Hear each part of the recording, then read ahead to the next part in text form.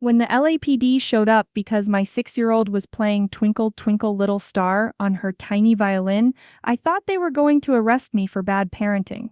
But when they brought backup and I saw who made the complaint, let's just say someone's dirty little secret came out in front of the whole block, and by the end of that night, 3 marriages were on the rocks, including one that hadn't even started yet. Before I unpack this absolute disaster of a Tuesday evening, drop a comment telling me where you're watching from. I love knowing if this kind of family drama happens everywhere, or if it's just us here in Los Angeles losing our minds. Alright, buckle up because this one gets messy. My name is Cassie Whitmore, I'm 36, and 6 months ago, I moved into this gorgeous courtyard apartment complex in West LA with my daughter Ava and my emotional support animal, a massive Maine Coon cat named Maestro. Yes, I named my cat Maestro before my daughter started violin. Call it manifestation or just plain irony. The complex is one of those Mediterranean-style places with terracotta tiles, a fountain in the middle that barely works,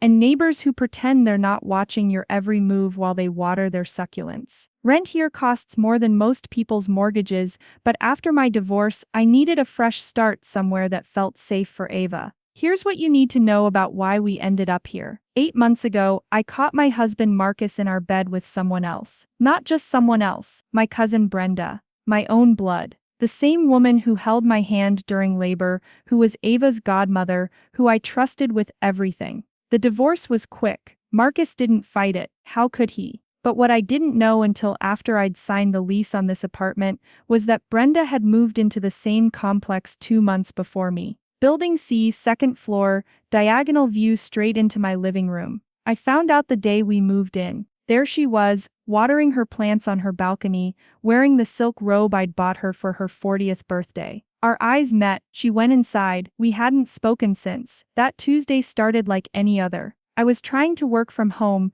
designing a kitchen remodel for some tech executive in Manhattan Beach, while Ava practiced her violin. She'd been taking lessons for 3 months, and honestly she wasn't bad for a 6-year-old. Sure, sometimes it sounded like someone was slowly murdering a cat, sorry Maestro, but mostly it was just repetitive and sweet. 4:30 p.m., Ava's practice time. We kept it consistent, never during normal nap times or dinner hours. I'm not a monster. She was working through her Suzuki Book 1, that classic bright yellow book that every tiny violinist knows. Twinkle Twinkle Little Star, Variation A.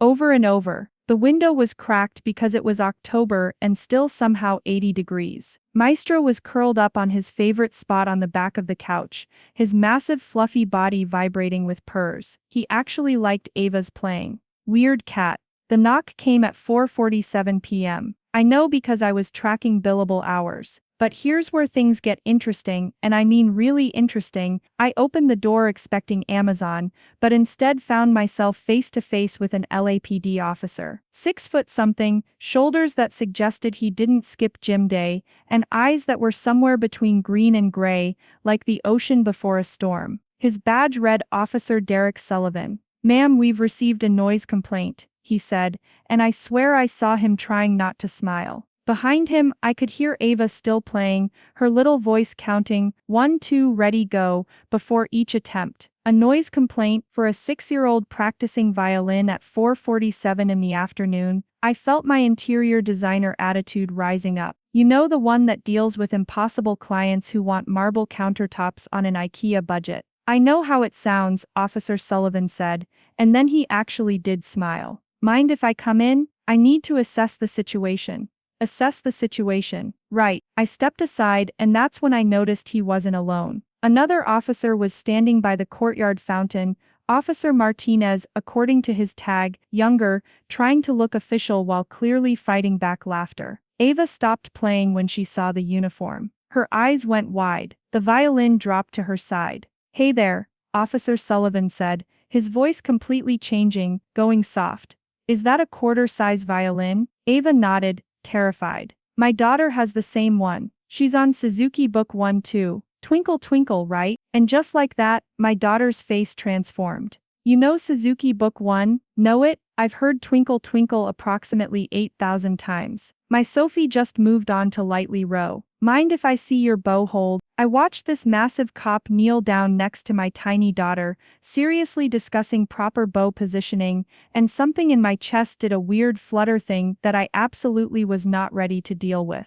Maestro the traitor immediately walked over and rubbed against Officer Sullivan's leg. Good bow hold, he said to Ava. Way better than Sophie's was at first. Can I hear you play? Ava looked at me. I nodded. She lifted the violin, and with an LAPD officer as her audience, played the cleanest Twinkle Twinkle she'd ever managed. Beautiful, he said when she finished. Then he looked at me. Ma'am, I'm going to be honest with you. This complaint is ridiculous. But since I'm here, I need to follow protocol. The complainant stated the noise has been going on for hours daily. 30 minutes, I said, 4:30 to 5, Monday through Friday. Never on weekends. He wrote something in his notepad. That's completely reasonable. Legal quiet hours don't start until 10 p.m. But here's the interesting part. He paused, and I swear he was enjoying this. The complainant insisted we might find other violations, suggested we check for everything. Permits, occupancy limits, even mentioned possible drug activity.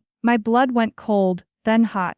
I knew exactly who'd made that call. She said what? My voice came out deadly quiet. So you know who called. I looked through my window toward Building C. The blinds in Brenda's apartment twitched. My aunt, I said. Officer Sullivan followed my gaze. Your aunt filed a noise complaint on your 6-year-old? It's complicated. I've got time. And then because apparently the universe wasn't done with me, there was another knock at the door. But who showed up next? That's when this whole thing exploded. Officer Martin was at my door, but he wasn't alone. Behind him stood my downstairs neighbor, Mrs. Chen, holding a camping chair and a bottle of wine, and Jorge from 4B with his guitar. We heard there was a noise complaint, Mrs. Chen announced, pushing past the officers. We've come to register our counter-complaint. This child's music is the only beautiful thing that happens in this overpriced concrete jungle. Jorge nodded. I've been learning Twinkle Twinkle on guitar to play along. Haven't had the courage to ask though. I stood there, mouth open, as more neighbors appeared. The Instagram influencer from 2A with her ring light. The retired Broadway actress from the penthouse with actual sheet music. Even the usually invisible tech bro from next door emerged, blinking in the sunlight like a vampire, carrying what looked like a professional recording setup. What is happening? I whispered to Officer Sullivan. He was grinning now, full-on grinning. Looks like your daughter has fans. Within 10 minutes, my living room had spilled out into the courtyard. Ava, who'd been terrified of the police, was now giving an impromptu concert to about 15 neighbors and 2 LAPD officers. Jorge played gentle guitar accompaniment. Mrs. Chen poured wine into coffee mugs she'd brought from her apartment. The tech bro was actually live streaming it, saying something about community resilience in the face of authoritarian oppression, which seemed a bit much, but whatever. Officer Sullivan stood next to me, close enough that I could smell his cologne, something woody and clean. This might be the best noise complaint I've ever responded to. You respond to a lot of noise complaints. Part of the job. Usually it's legitimate. Sometimes it's personal. He was looking at Building C again. Maestro had positioned himself right in the middle of the action, like he was the actual star of the show. Every time Ava finished a piece, he'd meow, and everyone would applaud. Even Officer Martinez had sat down, accepting a mug of wine from Mrs. Chen, though he wasn't drinking it. Your aunt, Officer Sullivan said quietly, while Ava launched into her third performance of Twinkle Twinkle. Want to tell me what that's about? Not really. Fair enough. He paused. Though if she's filing false reports out of personal spite, that's actually a crime. I turned to look at him fully. Up close, I could see a thin scar through his left eyebrow, and fine lines around his eyes that suggested he smiled a lot. Are you threatening to arrest my aunt? I'm suggesting that using city resources for personal vendettas is problematic. Especially when, he pulled out his phone, showed me a screen. She's filed 4 previous complaints. All dismissed. All about you. 4 complaints. I'd only been here 6 months. She complained about my cat. Said Maestro was too large to be legal. Officer Sullivan laughed. Actually laughed. Too large to be legal. That's creative. She complained about my plants. Said they were blocking shared sunlight. Were they? They're succulents. On my own balcony. Criminal. His deadpan delivery made me smile despite everything. She complained about my visitors. Visitors? My mom. Once. For Sunday dinner. He shook his head. And now the violin. Now the violin. We stood there watching my daughter perform for an increasingly drunk audience of neighbors. The Broadway actress was now giving Ava tips on stage presence. The Instagram influencer had convinced Ava to wear her ring light, making my daughter look like some kind of tiny glowing violin angel. And then I saw her. Brenda, standing on her balcony, watching. Her face was a mask of fury. Officer Sullivan saw her too. Is that her? I nodded. Huh. He studied her for a moment. She looks familiar. My stomach dropped. You know her. Maybe. Can't place it though. He turned back to me. Listen, I need to file my report, but I'm going to need some additional information. Maybe we could discuss it over coffee. Was this cop asking me out at my daughter's impromptu concert that started as a noise complaint? But before I could answer, before I could process any of this, Brenda did something that changed everything. Brenda came storming across the courtyard like a woman possessed. She was wearing designer heels that clicked against the terracotta tiles, and that silk robe I'd given her was billowing behind her like a villain's cape. Everyone stopped. Even Ava lowered her violin. This is harassment, she screamed, pointing at me. You're all disturbing the peace. Officer, I demand you shut this down immediately. Officer Sullivan stepped forward, professional mask sliding into place. Ma'am, are you the complainant? Yes. And this circus is exactly what I was talking about. She thinks she can do whatever she wants, whenever she wants, just because she what? I stepped forward too, my voice steady despite my shaking hands. Maestro, sensing tension, jumped down from his perch and positioned himself between Ava and the drama. You know what you did, Brenda hissed. What I did. The laugh that came out of me was sharp enough to cut. That's rich, Brenda. Really rich. The neighbors were silent, watching like this was better than Netflix. The Instagram influencer had definitely started recording again. Ma'am, Officer Martinez interrupted. You filed a complaint about noise. The noise in question appears to be a child practicing violin during reasonable hours. It's not about the violin.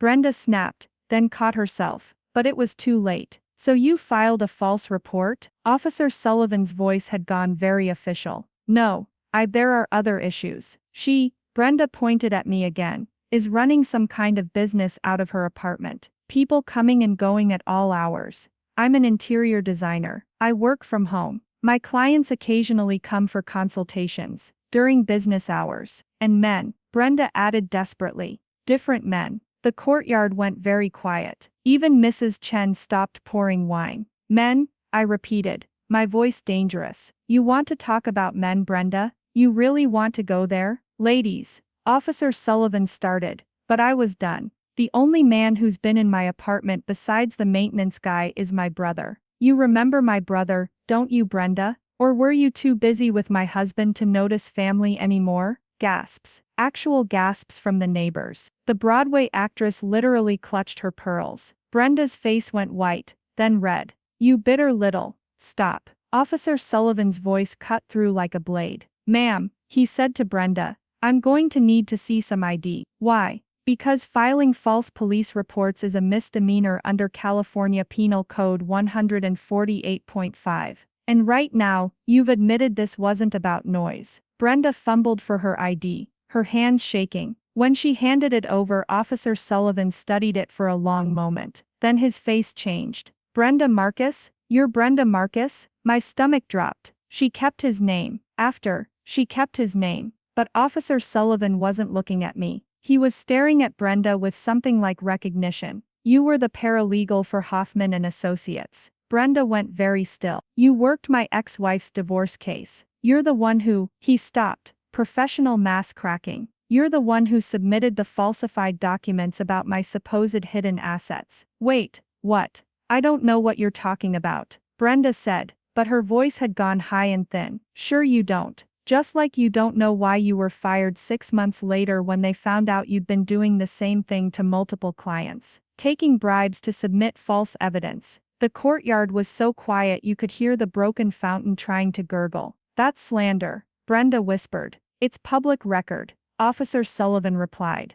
The California State Bar has it all documented. You're lucky you weren't prosecuted. I stared at my aunt, my ex-husband's mistress, this woman who destroyed my life. You falsified legal documents? You took bribes? I didn't. Brenda was backing away. Is that how you afforded this apartment? I asked, pieces clicking into place. Is that why Marcus left you too? Did he find out what you really were? The silence that followed was deafening, but what happened next shocked everyone. Marcus didn't leave me, Brenda snarled. I left him. After I found out about his debt he accumulated trying to keep up with your expensive tastes. My expensive tastes? I laughed, but it was hollow. I drove a 10-year-old Honda while he bought himself a Tesla. I shopped at Target while he wore designer suits. But sure, blame me for his gambling problem. Another round of gasps. The Instagram influencer whispered, "This is better than Real Housewives." Gambling. Brenda's voice cracked. He said it was from the divorce. He'd been gambling for years. Online poker, sports betting, even crypto. Why do you think I kept my inheritance from my grandmother in a separate account? Why do you think I really filed for divorce? The affair had been the final straw, but not the only reason. The betrayal just made it easier to leave without looking back. Brenda stood there, designer heels on broken terracotta, silk robe slipping off one shoulder, looking suddenly small and lost. For a moment, just a moment, I almost felt sorry for her. Then she opened her mouth again. At least I didn't trap him with a baby. The courtyard erupted. Mrs. Chen actually threw her wine at Brenda, missing by inches. Jorge stood up, guitar forgotten. The Broadway actress was yelling something about "how dare you." Even the tech bro had put down his phone. But it was Ava's voice that cut through everything. "Mommy?" She was crying, violin hanging from her small hand.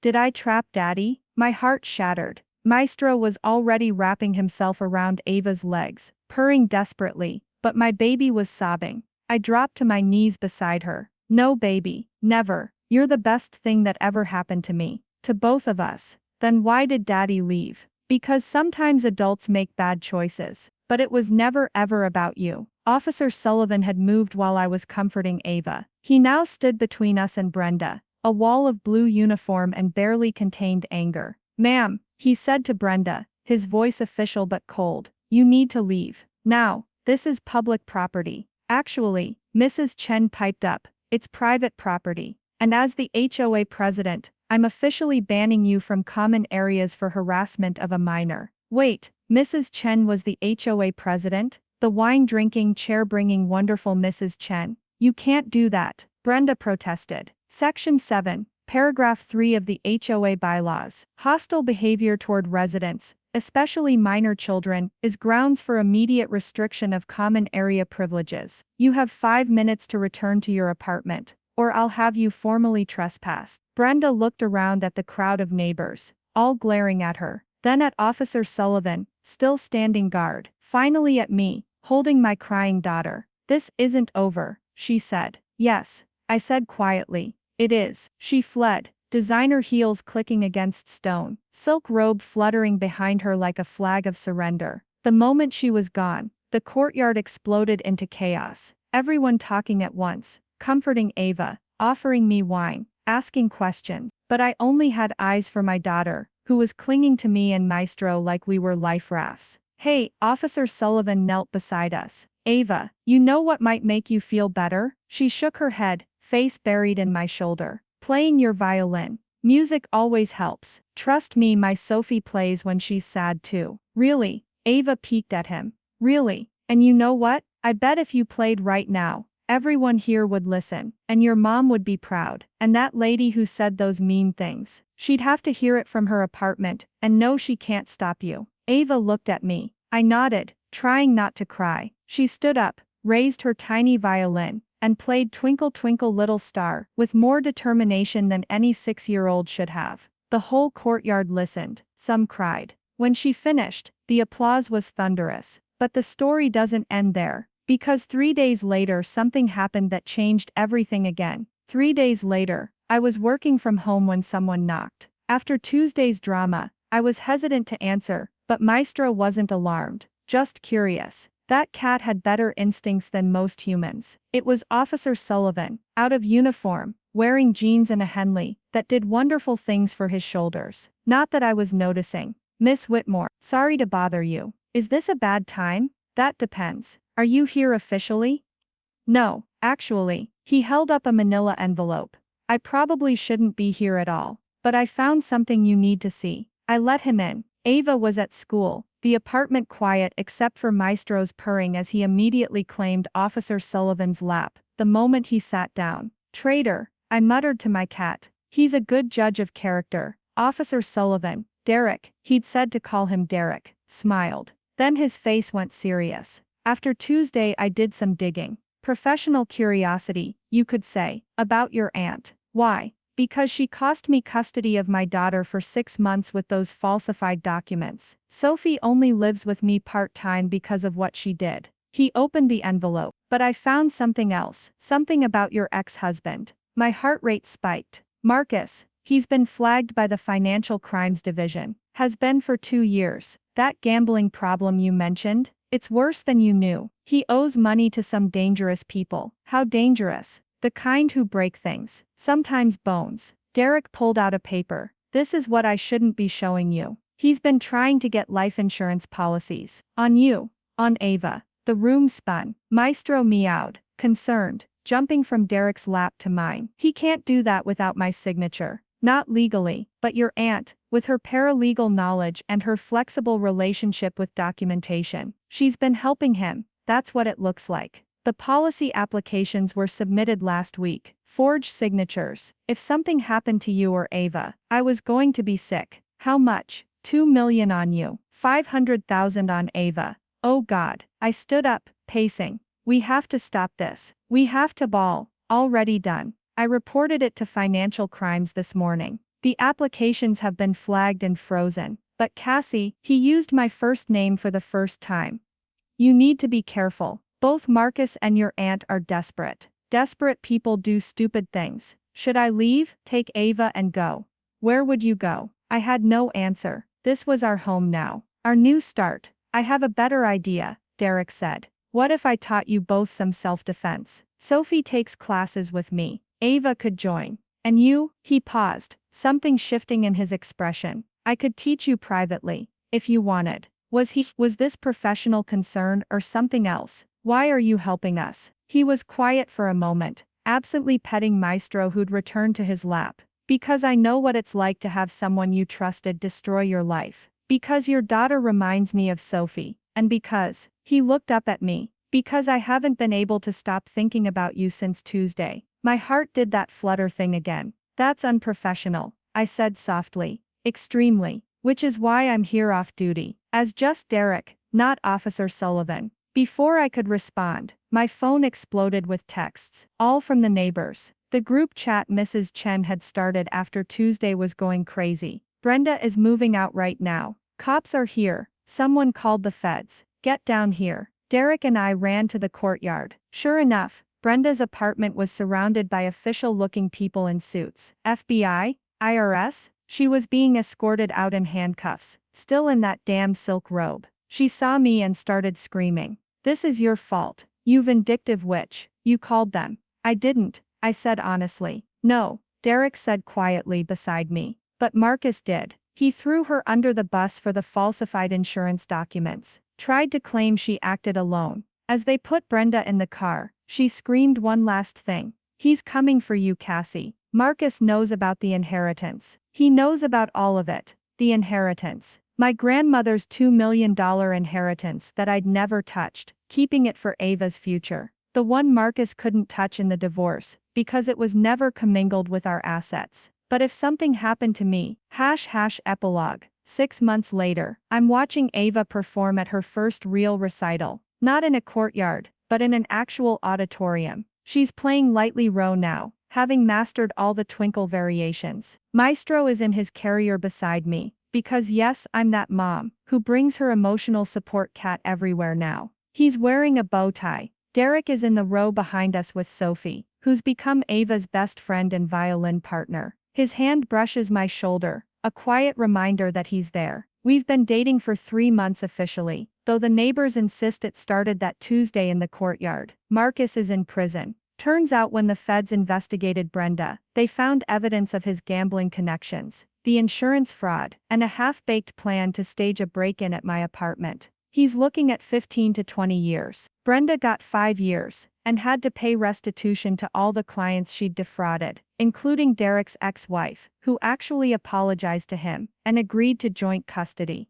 The apartment complex has become something magical. We have courtyard concerts every Friday evening now. Jorge and Ava duet, Mrs. Chen brings wine, the Broadway actress gives dramatic readings, and the Instagram influencer streams it all to her followers, calling it the Courtyard Sessions. We've raised $12,000 for music education in underprivileged schools. That noise complaint changed everything. It exposed the rot in my life, but also revealed the beauty. It brought me Derek, who makes me laugh, and makes me feel safe and looks at me like I'm something precious. It gave Ava a whole community of supporters. It even made Maestro famous. The influencer features him every week as the classical cat. As Ava finishes her piece and bows, the audience erupts in applause. But I can pick out individual voices: Mrs. Chen's whistle, Jorge's bravo, the Broadway actress's theatrical weeping. My chosen family, born from chaos and crystallized through conflict.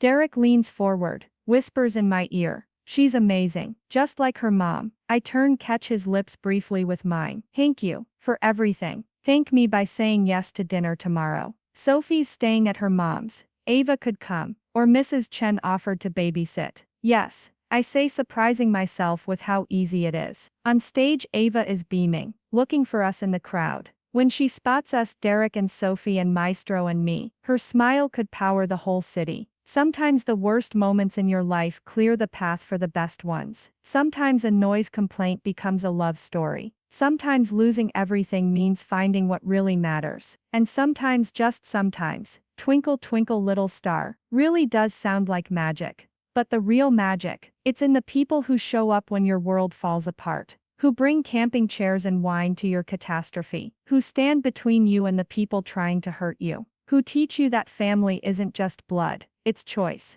The officer brought backup that day. He just didn't know he was going to become my backup for life. Drop a comment if you've ever had a neighbor complaint turn into something unexpected. And if you made it this far, you're amazing. Like and subscribe if you want more stories about finding love in chaos and building family from fragments. This is Cassie, signing off from Los Angeles, where even the noise complaints have plot twists.